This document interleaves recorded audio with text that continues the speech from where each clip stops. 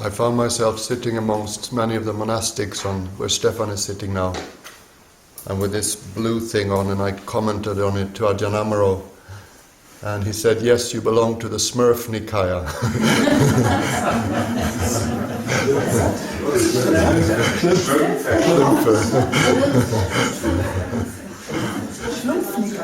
And it feels about right.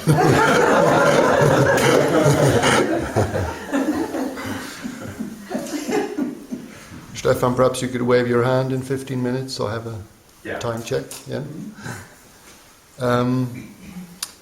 As often, I have ambivalence about speaking to the group. Stefan contacted me as one of the persons he was hoping would say something in the group.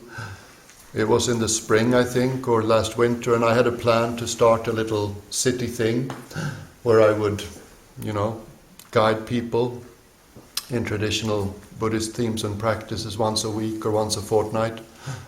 But then something happened. This summer I got famous overnight, pretty much, in Sweden. I made a radio program, which actually many of you helped me to make. You voted for me. And then I've been in 3 different TV programs, and now I write autographs and talk to strangers on the street every day, so it's a new phase. Which I haven't changed, but the perception of me has changed. And so professionally I do 3 things. I offer retreats, not so often as most of you, but I do it sometimes. I meet people individually. I still don't feel it's a strong kind of ability of mine, but it keeps happening. And then I give public talks. Usually the format is 2.5 hours. First I dance my little dance for an hour and 15 minutes or so, and then there's question and answers, and then there's a guided meditation. And I do this mainly in the corporate world. I hesitate to call it a teaching situation because it's a one shot usually. I go someplace, I speak, and then I leave them. And but whatever you want to call it, that's what I do, and that's what's city related that I was going to speak about a little bit here today. And I would say if somebody who wasn't a Buddhist listened to me, they wouldn't necessarily perceive what I speak about as Buddhist, because I don't use Buddhist language. I've found that there can be resistance or skepticism in a large sector of society when you use technical language. So I use common language. I'm interested in language. I actually, in my radio program, presented a new word that I'd kind of constructed, which is really a translation of awareness as distinct from consciousness, but it's become a word that's used loosely for mindfulness in Sweden now. So, and I'm kind of pleased with that. I Google it once a month or so and see how slowly it's taking off.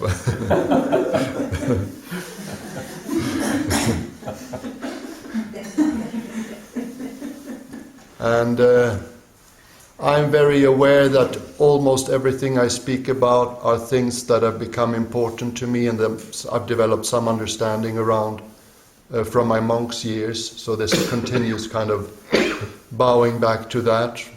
And actually many of the 3 or 4 of those of you who sit in this room, I quote you when I give public talks. So that's nice. I noticed in Sweden, I'm slowly realizing that not all countries in Europe have the same tradition, but in Sweden, somebody who comes to your organization and gives a talk is very common. It's a big deal. I think I have 7 agents now who sell me to different, events. So it's a big culture, and there's a lot of perception. So one of the things that I notice is many of the public speakers are in the inspiring section, and they often talk a lot about positive thinking. And one of the reactions I get is people feel relieved that I'm not one of the positive thinking people. not another one of these, yes, look on the bright side. And so, I'm oversimplifying, but I think you all know the type of public speaker who does that. And so I find that I get a really good mandate for topics like stillness. A growing sense that linear intelligence, being very saturated with information of all kinds, isn't really enough to move wisely through life or through the corporate world. And so there's a tremendous amount of interest in the topic of stillness. And I usually connect it to intuition.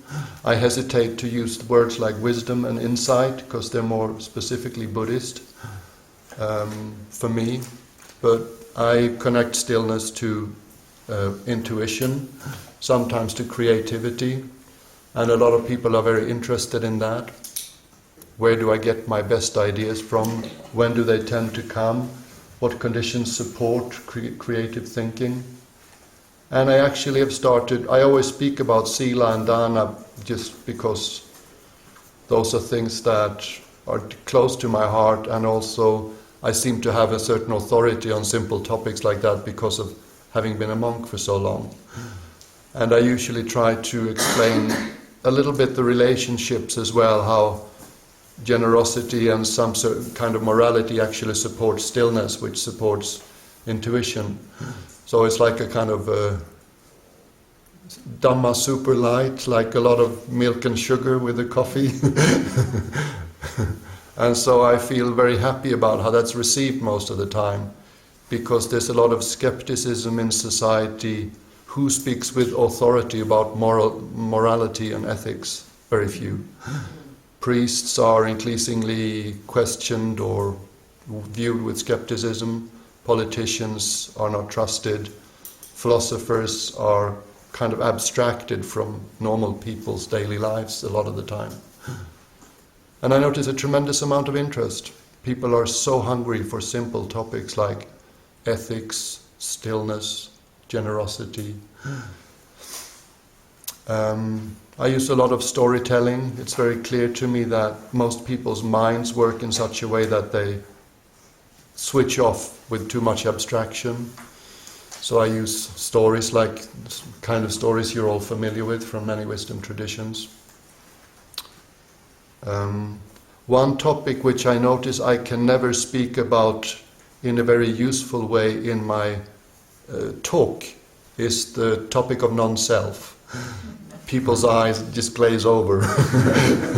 There'll be one or two people who've read about it before and are interested, but I found it's not a topic that I can usefully address in a talk.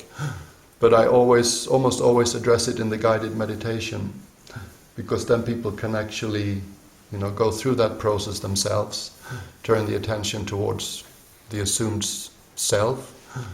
And many people report they find that very interesting and useful. It's been a personal journey for me, just learning to become a kind of somebody in the public eye. I notice I have a lot of natural respect. Like just a few weeks ago, I had been employed by a church to speak, and as I got closer, I thought there must be some sporting event nearby because there's so many people milling about. And then I realized they're all going to the church. And it's like a jam-packed church with 700 people sitting, waiting for little old me.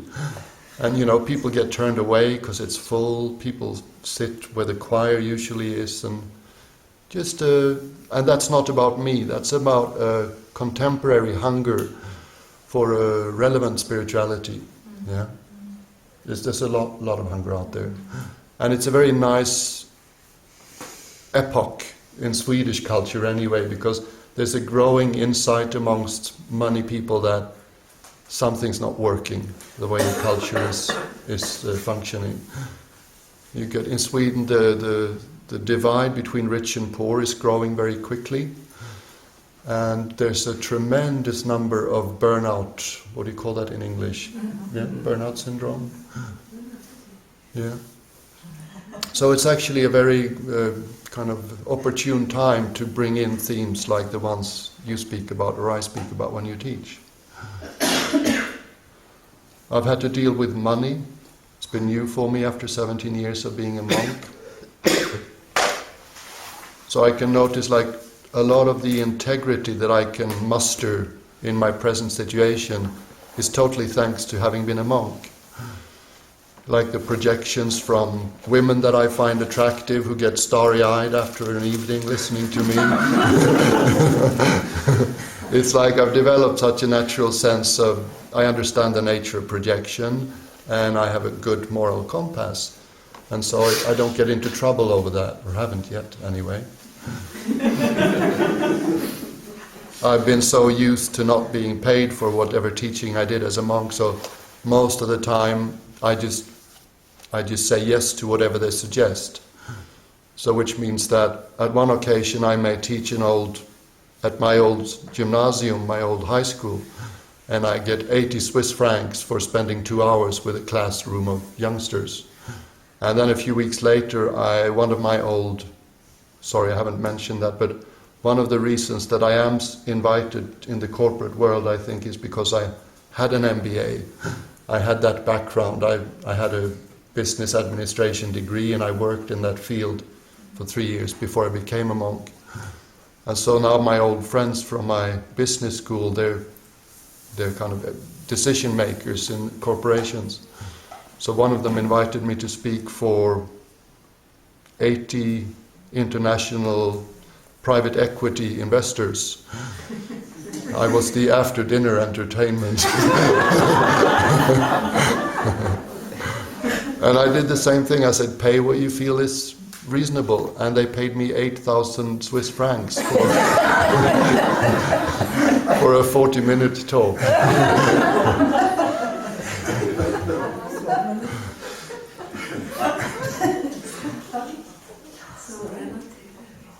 Yeah, so it's like I'm very aware that what my good fortune arises largely because of the years as a monk.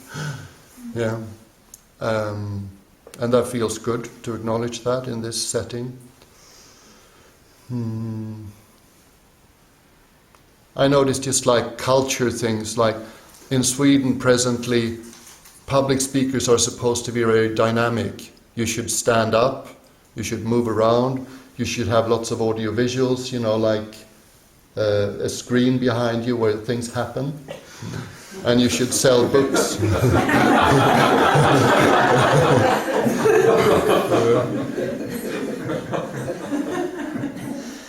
And so they get really confused with me. Like just last Friday I did a gig where I start to replace famous people. Famous people get sick and then they call me and say, can you replace? And nobody knows beforehand. So you're like Sweden's Mr. Kindness, the guy who wrote 3 books on the topic of the art of being kind. He's a cancer professor, like a really well-known person. So he doesn't show up, and instead we asked this other guy. And all the other speakers during the day, 5 of them, they walk around and they have audio visuals. And I insist on, I want a chair at the center stage, and I get into the chair and, I put my feet up and cross my legs. And I don't have any audio visuals, and I'm quiet sometimes for 5 or 10 seconds. And it's interesting because, it may sound like a clever marketing ploy. It isn't. It's what works for me, but it's well received, partly because it's a contrast to a lot of the other stuff going on. And also there's a tremendous yearning for authenticity. There's a growing insight that so many people can present beautiful ideas in convincing ways, but then you find out that actually if you look at their personal lives, they're not living these ideas. They just happen to have the gift of presenting beautiful ideas in an inspiring way. And so, I guess I get I'm perceived as somebody who's authentic. And that partly that also has to do with a certain willingness to reveal oneself to some extent without becoming narcissistic, just to kind of include difficult passages one has had oneself so that they understand that I've learned this because I've worked with it.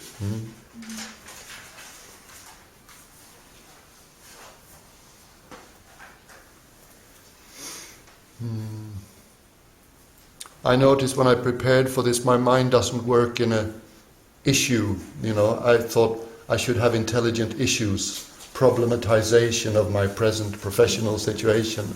My mind doesn't work like that. I don't have, issues like that I bring up. I have concerns that when people ask me, I'd like to pursue this further, how can I learn more? What can I do next? There's not a lot of Buddhist contexts in Sweden that I feel comfortable saying, do that, go to these people. I hope I'm not offending anybody, but the new Kadampa tradition is the most successful one market-wise in Sweden, and I'm hesitant about recommending it to people. But it's problematic because I have my own retreats, but they're full within a week of being announced. So usually there's not a possibility to join those. And I often recommend people to go to the monasteries I used to live in, and some do that. And as you know, it's not an intense teaching situation unless you register for a retreat. It's more a lifestyle, learn a new way of being together thing. Particular kind of topical, I noticed that a topic that's very familiar to all of you is like the human passage from blaming the external world and other people for my problems to actually taking an interest in how much am I contributing by what I think and what I perceive in this process of dukkha. And I noticed that's so alive in the contemporary, call it collective consciousness if you like. So many people are hungry and ready to start to take an interest in, am I contributing here in some way? That's really huge. And within that context, particularly resistance. How many people experience a lot of internal resistance towards aspects of their lives, to somebody at work they don't like, or an activity they have to perform at work. And, many are increasingly open to how big that becomes and how persistent that becomes and how difficult that becomes because of my inner resistance. So words like acceptance, or of course it's become a cliche, I use letting go more often, which has a freshness to it, it's not so overused. A lot of interest in that I meet when I talk.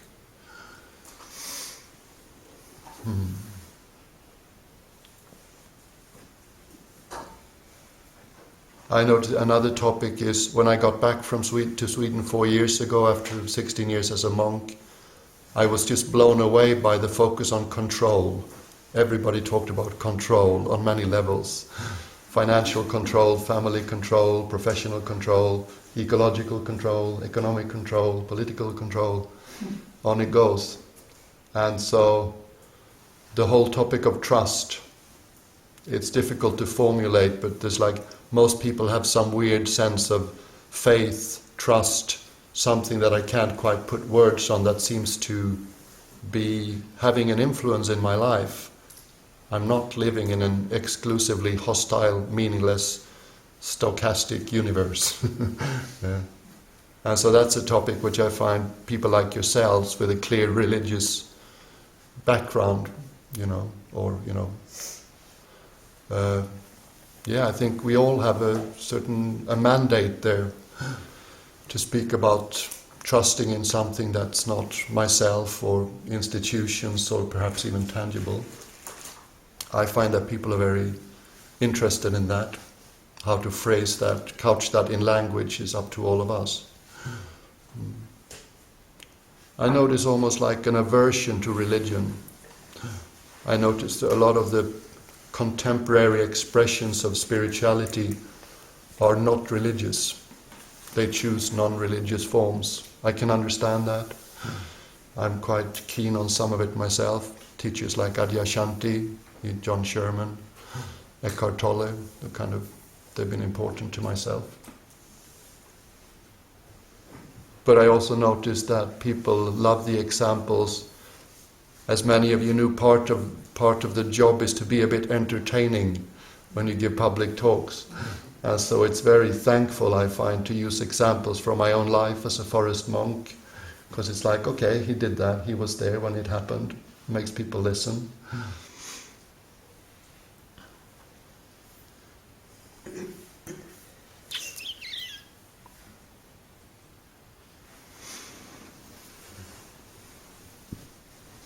Yeah, that's about 15 minutes, I think. Maybe a question or two if somebody's interested, something I should say something about. Yes. Yeah, Fred. When you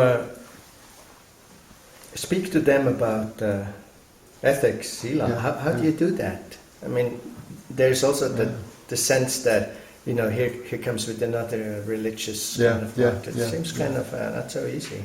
What do you say? I'm I have a very conscious relationship to how I speak about sila. Can you say something? Well, I would say for example, like my 6th year as a monk, I was a hermit. We usually shaved each other's head, but this year I shaved my own head because I was a hermit. And that's the only time I see my face in the mirror every 2 weeks when I shave my head. I kind of kneel down by the river. I put up my little mirror and hook it to a tree. And I see my face, and I get quite critical of what my face looks like. Never liked the shape of my nose, these big pores and the blotchy red skin. And then there's this very spontaneous voice saying, I feel much more beautiful than I look. So I use that as a skillful means. That's an example of how it feels to keep good sila. You feel more beautiful on the inside. And people relate to that. They kind of, yeah, I know what you mean. I use the example like Ajahn Jayasara once gave a talk where he said Jimmy Carter was ahead in the presidential election campaign, and then he was interviewed and asked if he'd ever been unfaithful. And he said, I've never been unfaithful with my body, but many times with my mind. And Ajahn Jayasara said, if this had happened in a more enlightened culture, his ratings would have gone up. So what we take responsibility for in sila is our speech and our bodily action. Because in Sweden, like in, I imagine, some other European countries, there can be a lot of... you can feel bad about having impure thoughts, sinful thoughts. You can feel that, you know, you shouldn't have them. And so people often include their thinking in their ethics, and then it gets very confusing. And so that's one of the skillful means I've used, you know. Ethics entails speech and bodily action. What do you do in the radio? What's that? On the radio, with the radio program, what do you do? It's a weird Swedish tradition where for the last 50 years, from mid-June to mid-August, every day one famous Swedish person gets an hour and a half of the biggest station, and they have about 50% they talk about what's close to their heart, 50% they play their music, ideally music that enforces what they're speaking about. Every day? Every day for the whole summer. And it's like a national institution. Over 1 million people listen to it every day. And then they slowly grew more democratic, so they decided one day each summer it should be a common person, you know, not one that's selected as a cultural celebrity. And so there was a competition for that, and I entered that competition. And I emailed all my friends, so many of the people who sit here, they voted for me. And so my radio program was really the journey from resigning from the corporate world. A few were searching. I was working for a phone exchange for a year called the Samaritans. You know, it's a famous suicide hotline. I used that as my little presentation of compassion, the way I understand it. And it's lovely because you know, you develop a theme for 5 minutes and then you play a song which you feel strengthens the theme. And that was very well received. You know, it's reviewed in all the major newspapers and a lot of attention. So it was fun. Yeah, it was great. Yeah. Great playlist you had. Yeah. I wanted to ask Natthiko about, I know some people who teach more like secular mindfulness in the business world, and there's always a question of what's the intention of the company. So on the one hand it improves the workers' quality of life, and that improves their performance, and that improves the bottom line. And I don't really have a problem with all those things going together, but I know people question, you know, well, are they just, what's the intention of doing it, and is that an issue at all? Yeah. Well, as an aside, because one of the things that my mandate is to remind people that you you can completely change direction in life. And so originally I was always presented as the financial yuppie that became a forest monk. That was the kind of label they used for marketing me. And so there's that, and what often the reaction I get from the companies is like, gee, I think there'll be a few employees who start thinking about whether they're going to resign and do something completely different. Which, most employers are they're good. They say, we realize that, but that's fine. And of course the employer partly it's just a culture that you're expected to provide something inspiring for people once a month or so. But yes, mindfulness has clearly proven itself to create more efficient or functional employees. Personally, I haven't really, because I'm being drawn into a project now called the Potential Project, it's the best corporate entity I've found that actually goes into companies and does longer mindfulness projects with them. All over Europe. It started in Denmark. It's very serious and it seems very solid. Potential project. On that theme of ethics in the business world, a number of years ago I had a really interesting conversation at Ashridge Management College, which is like a major international training centre. It's about 2 or 3 miles from Amaravati. And a number of years ago, there was a fellow who was a portrait painter, and he and his wife were both Buddhists, and they wanted to come to Amaravati for a wedding blessing. So they invited many friends, and he'd done a portrait for one of the senior teachers at Ashridge. And so they asked, well, could you sort of give a little spiel about Buddhism after the meal and before we had the blessing? So I did that, gave a little sort of 10, 15-minute spiel and explained Buddhism. And after the blessing had finished, this fellow came up, it's a very English businessman type, and said, I wanted to have a word with you because what you were saying about ethics was really intriguing, because you might find this strange, but we find exactly the same thing in the business world. That success in business is mostly about trust. Yes. And the value of your shares, your value goes up when people trust your company. And he said that when anybody's in business, and this is what I teach all of the managers that come along to my classes and workshops, is that integrity pays off. And that not only because you don't get arrested, but if you are being a sharp operator, as they say, like you're cheating people, or you're greedy, or you're deceiving others, you might make a profit on the short term, and you might be successful. But as soon as the field that you're in can no longer trust you, then very soon the customers will go away, and you might get a quick profit over a brief time, but the welfare of your business will suffer long term.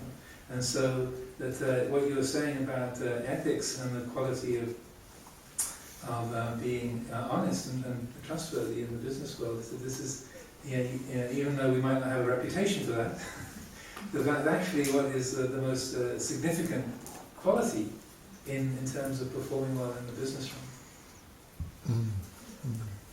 I have another question. Thank you very much. How do you prepare when you have to go to such an event? What do you do before? Usually I have kind of a minor nervous breakdown pretty much each time before. Please, we didn't hear it. I usually have a minor nervous breakdown. That's part of the preparation. No, it's a tremendous... It's very much part of my spiritual practice, because I can get so worried. And I have sleeping problems anyway, so imagine what it's like when you know there's going to be 300 people in a theatre next day. And now they've started, since this summer's, before I was just somebody who was paid to go to a company, and now they make events where I'm the attraction, People pay good money to sit in a theatre and listen to me for 2.5 hours. And so, that intensifies the whole thing. And so, I lay in bed with a tangible sense of anguish, and I sweat, and I'm aware of all that. And that's not happening so much anymore because I've been doing it for 2 years. So it's been a very intense learning curve. But something in me has slowly released. I've been very active in how I relate to this process of becoming famous and well paid. And so I feel I've learned a lot.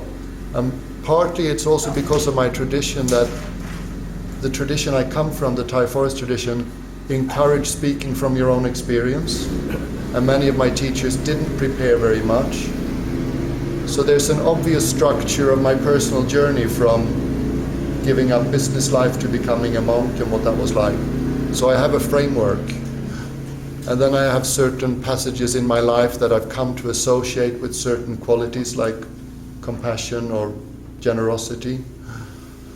And I've also developed this very strong trust in, if I'm attuned, I know what's interesting to people. So I never say what I expect to say. 30-40% is like pretty much the same every time. And 60-70% surprises me too. My question, this I all understand very well, but then when you prepare, when you have this anguish or when you had these passages, did it last very long or was it shorter? And how did you, when that came up, how did you deal with it? At that moment, not after when you were in front of the people.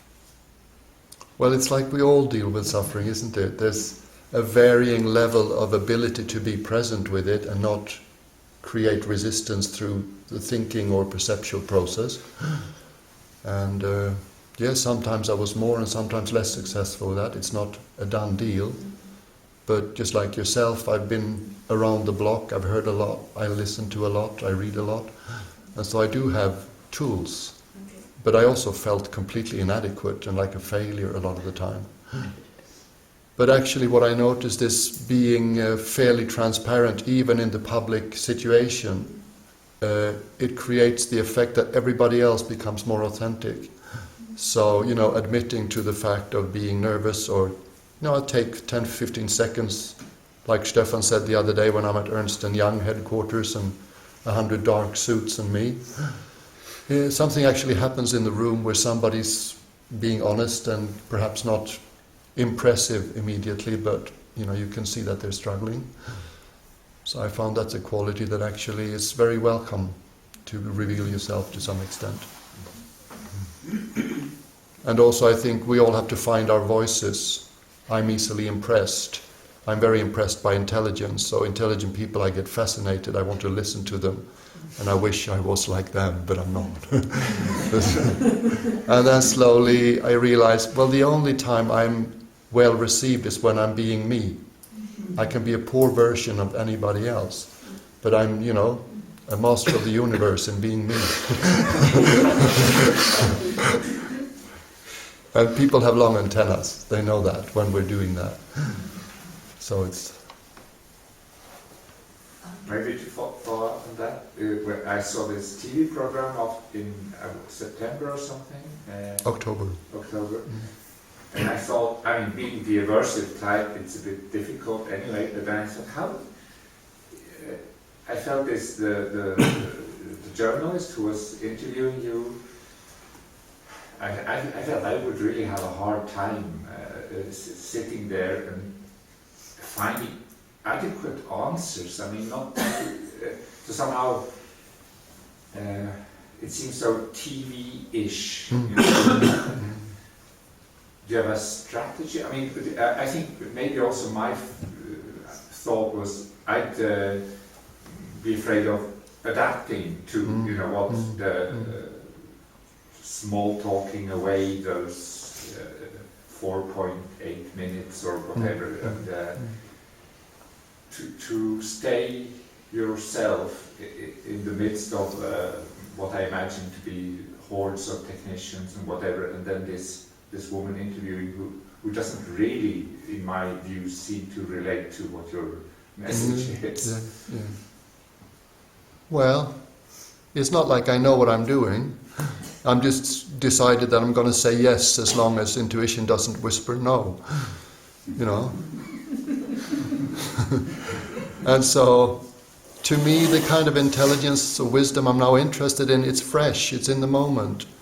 So if I connect to her, if I try to find some stillness inside, then something comes out. you know. And this far it's been well received. I'm sure I'll have my first time when I do something that's not well received. That'll be a trip on its own. But, you know, it's like all of us do. We do the best we can, and most of us don't really know what we're doing, but, you know, we actually have some training, and there are good reasons why we're put in a teaching position. So partly it's the insight, well, I don't know what I'm doing, but neither does anybody else. And as long as I'm, you know, being respectful of the situation and attuned to the situation, it's like the sampajanya aspect of sati. What's the context? You know, what might people who are listening, looking at this, what might they be interested in? And also I've completely stopped meeting people as roles. Like if I met 80 private equity bankers as their role, professional role, I would get so intimidated. And I would explain away any possibility that I could have anything relevant to say to them. So I just try to drop any notions of the field somebody's in and just meet them as a fellow human being. And that's become very important to me. And then I noticed that there's a lot of themes that we all share as human beings. And then I think also it's a cliche, but people listen perhaps more to the place you're speaking from than what you're saying. So if you manifest a real kind of warmth and mutuality, interest, then they listen in a different way. And then little tried cliches or a cute little Winnie the Pooh story can actually go, you know, have quite an effect on people. In what sense do you think it's connected to Sweden also? I think Sweden is a bit different. I think there's a general fatigue of authorities. People are tired of clever people. People are tired of people who write clever books but don't manifest it in their moment-to-moment lives. Cleverness. People are tired of cleverness. And so there's a lot of interest in and appetite for, you know, fresh ways of presenting things. And I don't think it's exclusively Sweden. I've been doing it in Amsterdam, England, Norway soon perhaps. But yeah, Sweden is, you know, I guess also I'm the only ex-monk, so as it were, in Sweden. In England, you have quite a few. There's a few. Yeah. There are a few. There are a few. Yeah, that's true. Yeah. I know one of them. We have more in German. Yeah. I would be curious about the word you are Googling once a month. The word you created for awareness. Maybe you said it, I didn't understand. I think it exists in German, Stefan, varsevarande. Gewahrsein. Varsevarande. Yes, varande is sign, is the root is sign, being, and varshe is aware, the root is awareness. And finally it didn't exist before. Yeah, it's weird. Björn, I have another question. Of all you described what you're doing, it seems there is a lot of invitations coming in. Yeah.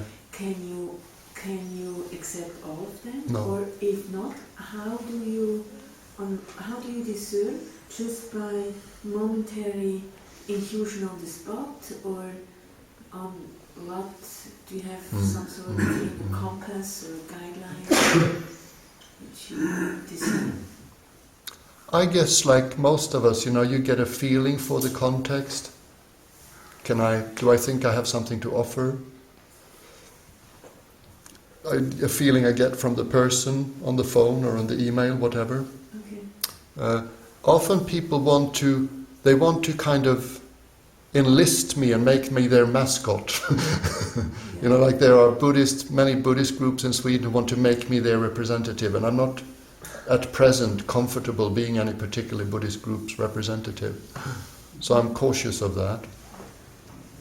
I'm also very aware that if I don't take responsibility for my own spiritual practice, then my offerings are more and more superficial. You know, I'll be one of these guys who say the same things they've said for 20 years. And so I've got quite a lot of time on my own, and that's very important for me. I'd say the average preparation for a talk takes maybe 8 hours.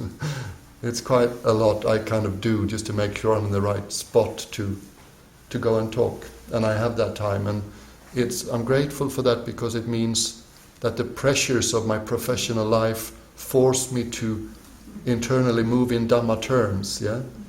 I really need to be present, otherwise it doesn't work. Yeah. And also, I mean, money is an issue. If somebody offers, 300 Swiss francs and somebody else offers 3,000 Swiss francs, and the contexts seem to be about equivalent, then I'll choose the money.